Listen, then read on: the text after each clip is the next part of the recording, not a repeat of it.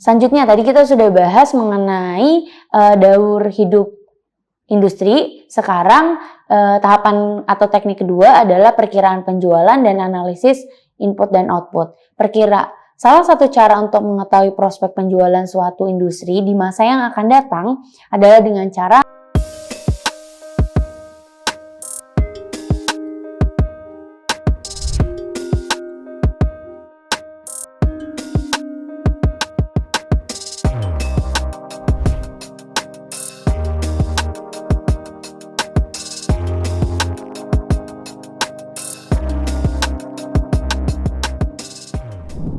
tahapan perkembangan industri dapat digunakan untuk mengestimasi besarnya penjualan. Untuk mengestimasi penjualan industri, kita perlu menentukan lamanya waktu masing-masing tahapan dalam daur hidup industri. Teman-teman bisa lihat gambar yang ada di dalam video bahwa ini adalah tahapan-tahapan di dalam daur hidup industri. Kita akan bahas satu-satu, yaitu dari awal tahap permulaan. Tahap permulaan yaitu tahap masa awal-awal perkembangan industri. Pada tahap ini, pertumbuhan penjualan itu sangat kecil dan profit yang dihasilkan itu kemungkinan akan juga negatif atau kecil karena perusahaan itu masih ada di dalam tahap awal, jadi masih banyak mengeluarkan dana-dana yang besar untuk menutupi misalnya biaya promosi dan biaya-biaya pengembangan, biaya marketing, promosi, pengembangan dan lain-lain. Ketika kita sudah masuk ke dalam tahap permulaan, kita akan naik nih ke dalam tahapan pertumbuhan. Di tahapan pertumbuhan itu masa di mana penjualan itu tumbuh sangat cepat. Di mana pada tahapan ini permintaan itu semakin meningkat, sedangkan persaingan itu belum ketat. Kalau misalnya belum ketat, sedangkan permintaannya banyak, biasanya profit yang kita dapatkan itu akan tinggi atau meningkat. Kemudian kita masuk ke dalam tahapan yang ketiga, yaitu mature. Mature ini adalah tahapan kedewasaan, masa di mana pertumbuhan penjualan itu mulai menurun, dikarenakan banyaknya persaingan yang mulai masuk dan permintaan yang relatif stabil. Pada masa ini, profit itu akan mengalami penurunan dan menuju tingkat keuntungan yang normal. Jadi kalau udah tahapan ini biasanya perusahaan itu ya udah stabil karena tidak banyak mendapatkan keuntungan, tapi normal aja karena banyaknya pesaing-pesaing yang masuk ke dalam suatu industri tersebut. Selanjutnya, setelah tahapan kedewasaan atau mature, masuk ke dalam tahapan stabil. Di dalam tahapan stabil ini, tahapan paling panjang dalam daur hidup industri. Pertumbuhan industri itu akan cenderung sama dengan pertumbuhan ekonomi secara keseluruhannya. Pada tahapan ini, investor dapat mengestimasikan pertumbuhan penjualan dengan mudah karena penjualan itu memiliki korelasi yang tinggi dengan kondisi ekonomi. Meskipun penjualan terkait kondisi ekonomi, namun pertumbuhan penjualan dari masing-masing industri itu akan berbeda-beda satu sama lain karena akan tergantung pada kemampuan manajerial dari masing-masing perusahaan tersebut yang ada di dalam suatu industrinya. Kemudian kita masuk setelah tahapan stabil, kita akan masuk ke dalam tahapan penurunan. Ini adalah masa di mana tingkat penjualan dan profit industri itu benar-benar menurun. Pada tahapan ini industri itu udah mulai jenuh dan banyak perusahaan-perusahaan keluar dari industri dan investor itu mulai mencari industri lain yang memiliki prospek yang lebih baik dan lebih menguntungkan. Selanjutnya tadi kita sudah bahas mengenai daur hidup industri. Sekarang tahapan atau teknik kedua adalah perkiraan penjualan dan analisis input dan output. Salah satu cara untuk mengetahui prospek penjualan suatu industri di masa yang akan datang adalah dengan cara mengidentifikasikan pemasok dan konsumen dari suatu industri tersebut. Dengan analisis ini, kita dapat mengestimasikan permintaan konsumen di masa yang akan datang serta kemampuan pemasok untuk menyediakan barang atau jasa yang diperlukan di dalam suatu industri. Informasi ini nantinya akan digunakan untuk memperkirakan tingkat penjualan dan keuntungan suatu industri di masa yang akan datang. Teknik yang ketiga yaitu perkiraan penjualan dan hubungan industri dan ekonomi. Membandingkan tingkat penjualan industri dengan kondisi perekonomian secara keseluruhan yang berhubungan dengan barang dan jasa yang diproduksi oleh industri tersebut. Teknik ini diasumsi bahwa kondisi ekonomi di mana suatu industri tersebut beroperasi terkait dengan penjualan dan keuntungan suatu industri tersebut. Oke, itu adalah 3 teknik ketika kita mengestimasikan penjualan. Kemudian yang kita bahas sekarang adalah persaingan dan return industri. Tingkat return yang diharapkan dari suatu industri itu juga tergantung pada intensitas persaingan yang ada di dalam suatu industri. Intensitas persaingan dalam suatu industri itu akan menentukan kemampuan industri untuk tetap memperoleh tingkat return di atas rata-ratanya. Intensitas persaingan merupakan gambaran dari 5 faktor utama persaingan. Nah, ini adalah 5 faktor persaingan yang menentukan profitabilitas industri. Five forces atau kita sebutnya. Dimulai dengan, teman-teman bisa lihat di layar bahwa ada di tengah itu ada para persaing industri, yaitu persaingan di antara perusahaan yang ada di dalam suatu industri tersebut. Itu akan dipengaruhi oleh 4 faktor lainnya yang saling mempengaruhi. Yang pertama ada pendatang baru potensial, kemudian ada daya tawar pembeli, kemudian ada ancaman produk atau jasa pengganti, dan yang terakhir ada kekuatan daya tawar menawar dari pemasok. Kita akan bahas satu-satu 5 faktor persaingan yang menentukan profitabilitas industri. Oke, kita akan bahas satu-satu mengenai 5 faktor persaingan untuk menentukan profitabilitas dari suatu industri. Yang pertama adalah persaingan antar perusahaan di dalam industri tersebut. Persaingan dalam suatu industri ini akan meningkat jika banyak perusahaan yang ukurannya sama bersaing dalam industri tersebut. Persaingan tersebut akan dipengaruhi oleh pertumbuhan industri dan biaya tetap serta hambatan untuk keluar atau masuk ke dalam suatu industrinya.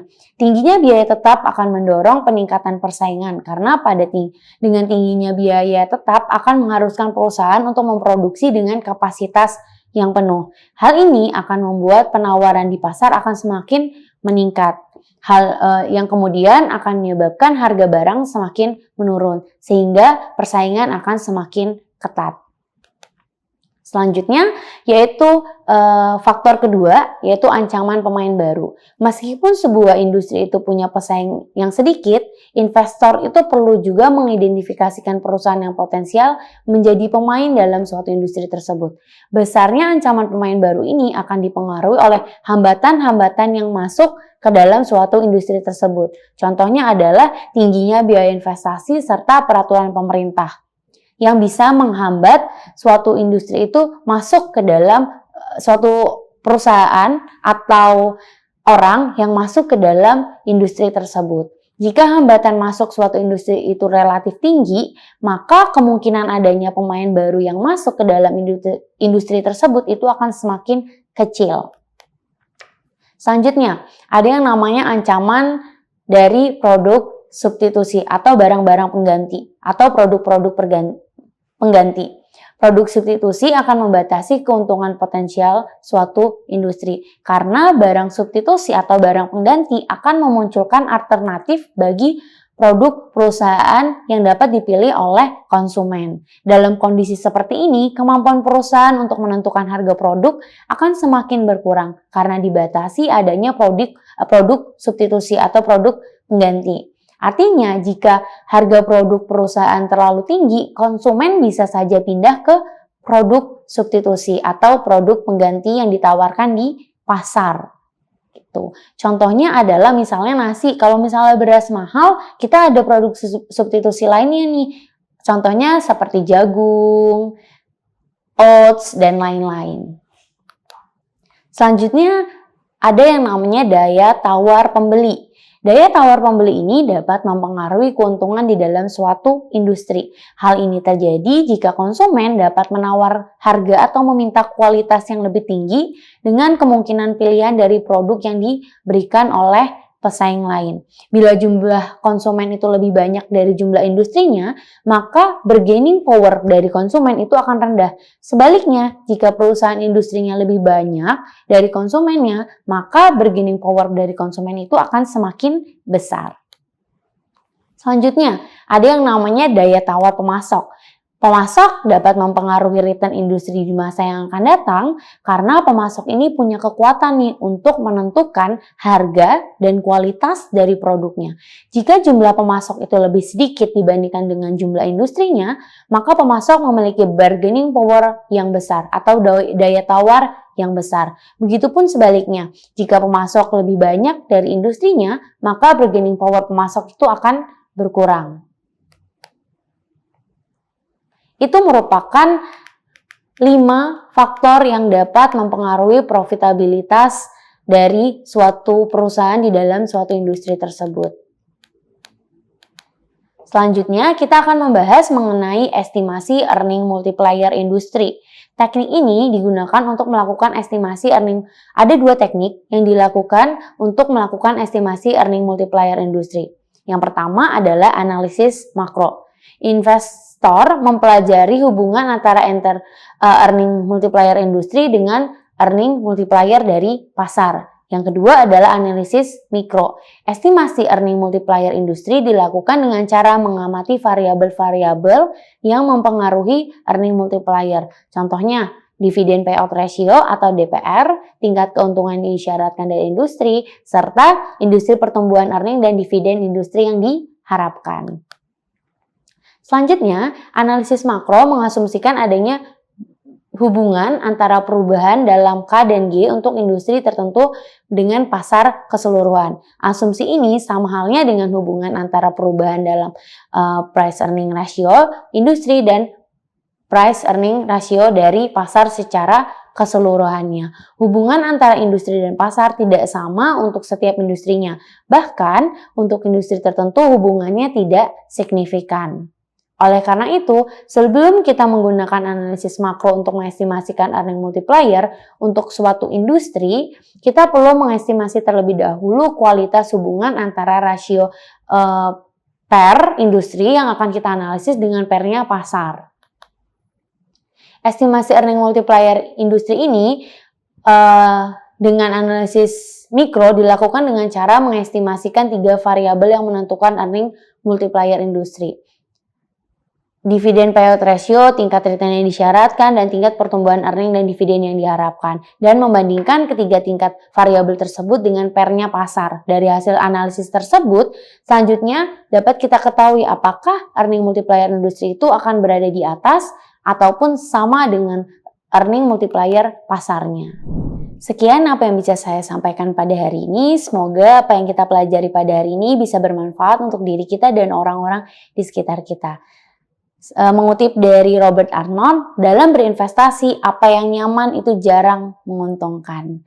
Sekian dari saya, jangan lupa untuk like, komen, dan subscribe dari Kuliah Teknokrat. Saya akhiri, wabillahi taufiq wal hidayah, wassalamualaikum warahmatullahi wabarakatuh.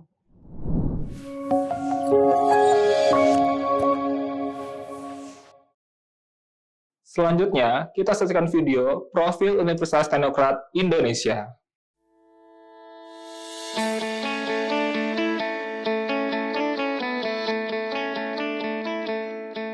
Lampung, the treasures of Sumatra, is a province that becomes the gateway to the Sumatra Island.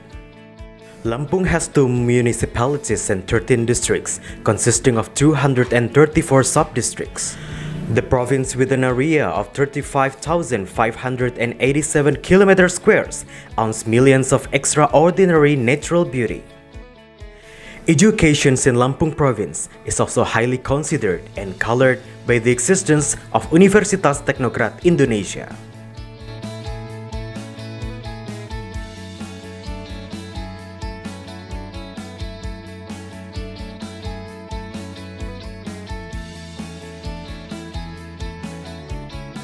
Universitas Teknokrat Indonesia has 3 faculties and 12 study programs. Faculty of Engineering and Computer Sciences with the 6 study programs: Electrical Engineering, Civil Engineering, Computer Engineering, Information Technology, Informatics, and Information System. Faculty of Economics and Business with 2 study programs: Management and Accounting. Faculty of Arts and Educations with 4 study programs: English Literature, Mathematics Education, English Educations, and Physical Education. Universitas Teknokrat Indonesia believes that education is the key to the advancements of a nation. Universitas Teknokrat Indonesia commits to produce and develop future leaders through the education of quality characters. This receives a very good reception and trust from the community, which is marked by an increasing interest in students from year to year. The students and lecturers have lots of achievements and awards. Also, our quality is recognized by National Accreditation Board for Higher Education and many international collaborations.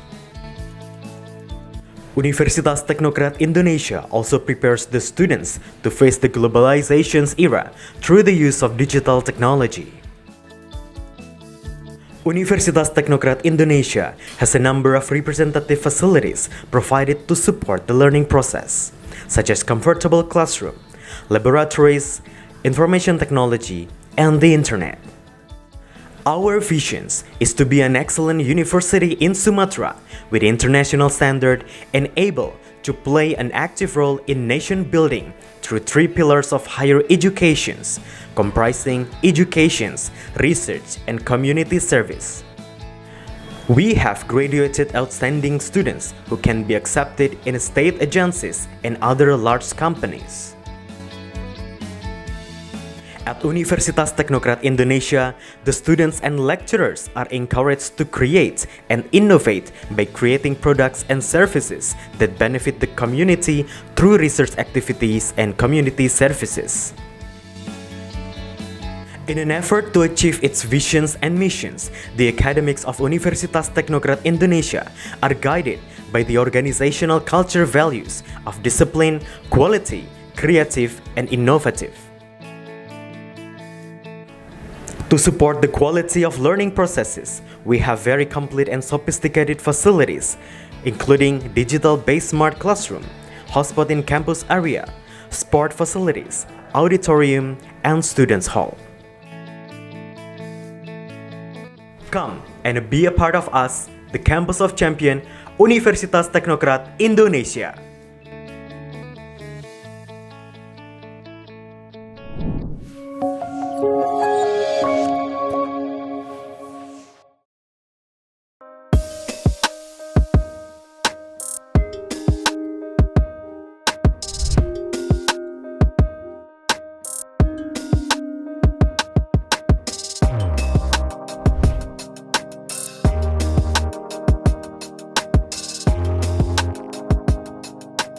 Terima kasih sudah menyaksikan video pembelajaran ini.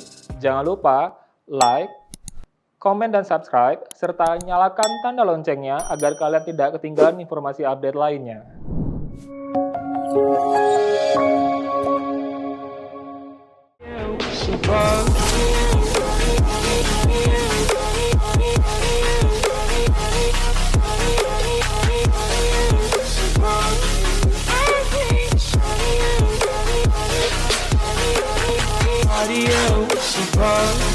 I hate body.